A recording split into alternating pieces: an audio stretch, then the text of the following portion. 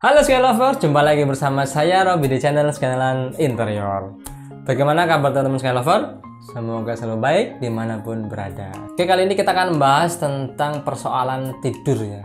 Nah, sebenarnya tidur itu ya, itu ada caranya supaya kita tuh bisa lelap. Nah, saya ini akan membawakan ya 9 cara ya. 9 cara bagaimana caranya biar kita tuh bisa tidur dengan lelap sampai nggak bangun-bangun.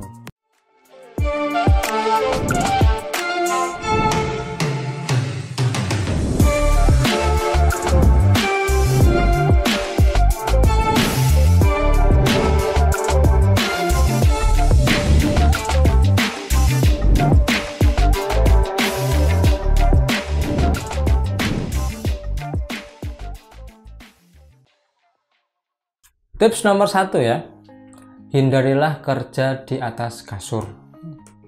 Beberapa tahun yang kebelakang ini kita itu menjadikan tren work from home ya, itu membuat kerja kita ya, sistem kerja itu jadi berantakan.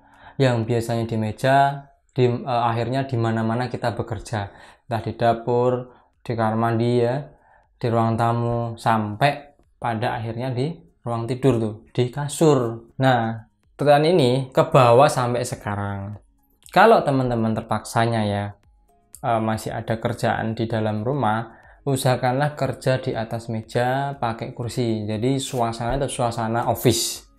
Dan letakkan meja dan kursinya itu agak jauh dari depan. Jangan bersebelahan langsung. Karena akan terasa suasana kerja jadi on terus sehingga kita tidurnya tidak nyenyak. Dan kalaupun kerja di kamar ya, terpaksanya interiornya itu ruang kerjanya gabung sama kamar, teman-teman buatlah seperti pengingat diri. Kapan sih waktunya tidur gitu? Misal kita sepakati tidur jam 9 malam. Nah, setiap pekerjaan itu selesaikan dengan quality time. Ketika ada mau jam 9, nah mulailah berhenti sejenak, lalu tutup gorden, kemudian redupkan lampu, terus nyalakan musik yang slow-slow untuk pengantar tidur, sehingga melahirkan suasana yang ngantuk, sehingga tidur kita diantarkan dengan santai, rileks, dan akhirnya merem dan nyenyak. Begitu. Oke, kita lanjut ke tips nomor 2 ya.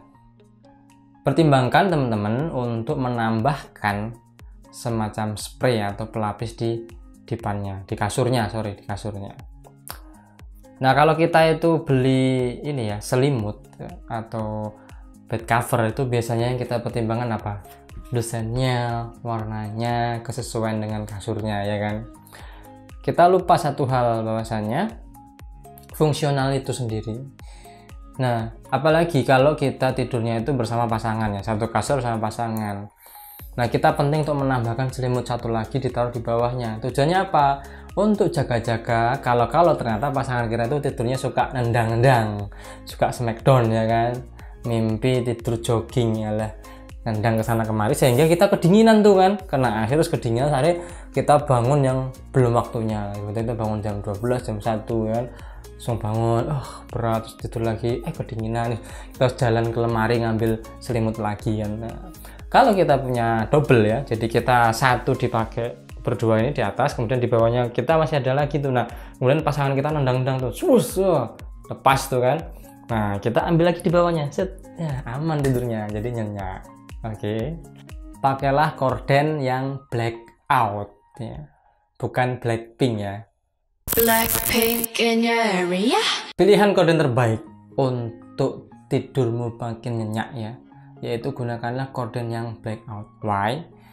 Karena dengan korden blackout ini itu mampu menahan cahaya dengan maksimal, tidak tembus ke kamar kita. Memang blackout itu ini ya, bikin tampilannya kurang estetis dibandingkan korden-korden lainnya yang semi tembus ya, kayak yang ada vitrage-nya dan sebagainya gitu. Itu mungkin oke lah, bagus. Tapi blackout ini sangat berguna buat tidurmu. Misalkan nih contoh-contoh ya, kita lagi tidur malam, ternyata ada yang keliling ronda tuh suka nyorot-nyorot pakai senter tuh ke jendela kan, sujud. Nah, bayangkan kalau korden kita bukan blackout tuh, pasti cahayanya nembus, ini apa-apaan sih orang gitu kan. Ya mungkin maksudnya biar aman kan, ngecek ada apa di sana kan gitu. Kesorot. Nah, kalau blackout, ketika kita pakai blackout, nah, mau si tukang rondanya itu nyorot pakai senter yang berapa, 200 watt ya, itu kan nggak tembus, sehingga kita tetap terlelap dan nyaman. Tapi jadi catatan, kalau teman-teman ternyata adanya cahaya masuk tidak mengganggu tidur, ya it's okay, no problem, nggak usah pakai blackout ya. Ini berguna ketika teman-teman memang nggak kuat ada cahaya masuk terus bikin silau, akhirnya kita bangun, kan nggak enak banget kan ya. Kurangi gadget di kamar tidurmu, itu nomor 4 ya. Sudah bukan hal rahasia lagi bahwasanya gadget itu berefek buruk bagi kesehatan kita. Ada yang bisa bikin meledak, sistem saraf rusak, dan sebagainya. Oleh karena itu, mulailah teman-teman Skylover bersihkan gadget di kamar tidurmu. Buang TV di kamarmu, pindahkan laptop di ruang kerja yang jauh dari kamar tidurmu, ambil HP-mu, taruh di tempat yang paling jauh dari dipan. Tujuannya apa? Biar kita nggak terganggu tuh. Karena efek radiasi dari si HP inilah membuat kita tuh tidurnya nggak nyenyak, akhirnya mimpi buruk. Kita bisa nanti kita mimpi tentang Matrix ya, kayak Keanu Reeves gitu kan. Ada coding-codingnya. Dan satu lagi, usahakan nggak usah ada internet di kamar lah. Modemnya itu ditaruh di living room atau di ruang tamu gitu. Jadi supaya kita tuh nggak melulu di kamar terus gitu. Apalagi bergumul dengan gadget. Tips nomor 5, organizing tempat penyimpanan teman-teman Skylover. Tempat tidur itu seharusnya memberikan ketenangan dan kenyamanan, termasuk dari segi apa? Visual atau penampakannya.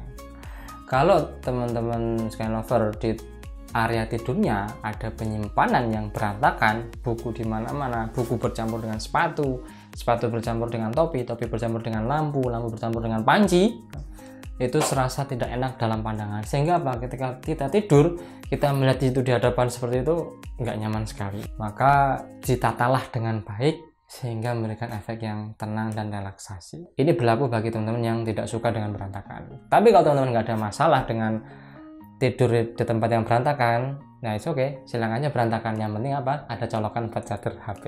Katanya nggak boleh ada gadget. Kita lanjut ke tips nomor 6 ya. Pastikan kamar tidurmu tetap dingin. Global Sport Psychologist Dan Abrahams mengatakan untuk menjaga kamar tidur biar tetap adem selama tidur itu wajib suhunya di angka 18 derajat Celcius sampai 22 derajat Celcius. Atau pakai ukuran suhu di luar negeri itu pakai Fahrenheit, jadi di angka 64 derajat Fahrenheit. Oleh karena itu nggak ada salahnya untuk membeli kipas yang proper jika terpaksanya teman-teman tidak punya AC di kamar tidurnya. Dan Abraham juga menyampaikan untuk menggunakan Vitrage di kala musim panas biar terasa adem. Apaan sih Vitrage?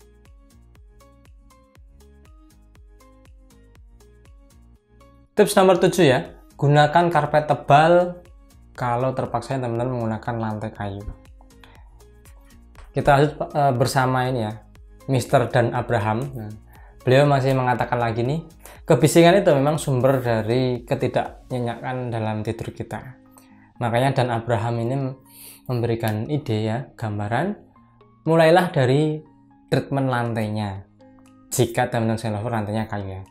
Dengan menggunakan karpet tebal, ini mampu meredam suara beberapa desibel di lantai kayu, sehingga ketika kita melangkah itu bukan ternyet ya. Jadi suaranya itu benar-benar adem, enak. Nah, teman-teman Skylover bisa praktekkan penggunaan karpet tebal ini di rumahnya. Tips nomor 8, gunakanlah tanaman indoor di dalam kamar. Kalau teman-teman Skylover ya rajin membaca tentang teori Feng Shui ya di Cina atau teori lainnya tentang dekorasi rumah, kita dapati ada satu hal yang sama, yaitu penggunaan tanaman di dalam ruangan. Benefitnya itu sangat banyak sekali ya, bisa membuat kita rileks, dekat dengan alam, dan terlebih kalau dalam Feng Shui itu adalah balancing ya, terasa balance di dalam ruangan. Kalau kita kaji research, itu memang benar ya. Tanaman indoor itu memberikan banyak oksigen di dalamnya sehingga sirkulasi udara jadi bagus dan bersih. Oleh karena itu teman-teman Skylover bisa mulai sisihkan uang jajannya, uang sakunya untuk bisa membeli tanaman indoor. Biar tidur kita itu terasa nyenyak dan segar. Kalau dalam versi Jepang itu kita membawa alam ke dalam ruangan. Nggak harus tanaman yang mahal dulu ya. Yang penting indoor dan kita tahu fungsinya. Jangan asal estetik. Namun, nggak ada salahnya kalau teman-teman Skylover didekorasi juga tanamannya tuh. Misal kita di pojok ya, samping meja rias atau samping dipan tuh ya, ada nakas, kemudian kita pasangkan sukulen, kemudian ada janda bolong ya, kemudian janda muda. Nah, itu ditata dengan baik ya, kasih dekorasi itu yang cantik-cantik gitu. Nah, ketika kita tidur kan gitu sambil lihat, wah segernya. Nah, ternyata ada foto yang disukai makanya seger kan. Terus kita bisa tidur dengan tenang deh. Tips terakhir ya, selalu pertimbangkan teman-teman sekalian lover dalam memilih warna di dalam interior. Kita tahu pemilihan warna di dalam ruangan itu sangat mempengaruhi mood kita. Sudah saya sampaikan beberapa kali sebelum video-video ini ya, tentang warna dalam interior. Oleh karena itu, pikirkan dengan matang warna untuk kamar tidurmu. Jangan sampai salah dalam menyusun kamar tidur, bahkan sampai warna dipan, headboardmu, dan selimut, bahkan bed cover itu harus selaras memberikan efek yang ngantuk. Logan Foley dari Sleep Science Coach dan editor Sleep Foundation menyarankan, gunakanlah nuansa hangat pada dinding dan furniture untuk memberikan rasa nyaman dan mengantuk biar beranjak tidur dengan lancar. Sementara itu warna merah, grey, atau warna yang bold banget itu enggak disarankan di kamar tidur menurut psikologi of color. Jadi ternyata ya, tidur pun itu ada foundationnya, ada lembaganya. Keren kan? Makanya kadang aneh, orang disuruh tidur aja susah ya, padahal tinggal tidur kan. Sleep Foundation itu ada, silahkan teman-teman cari di internet. Itulah teman-teman sekalian lover, tips bagaimana biar tidur kita itu nyenyak, sehingga bangun pun itu terasa segar, tidak seperti orang yang pusing ya. Terima kasih teman-teman sekalian lover yang sudah menyaksikan video ini. Semoga teman-teman sekalian lover tidurnya bisa nyenyak, tidak insomnia lagi ya. Tenang no pikirmu ya, semua akan berjalan indah pada waktunya. Jangan lupa untuk selalu subscribe, like, comment, and share video-video Skynalan. Dan jangan lupa untuk follow Instagram kita di Skynalan Interior dan Akang.interior. Terima kasih. Assalamualaikum warahmatullahi wabarakatuh.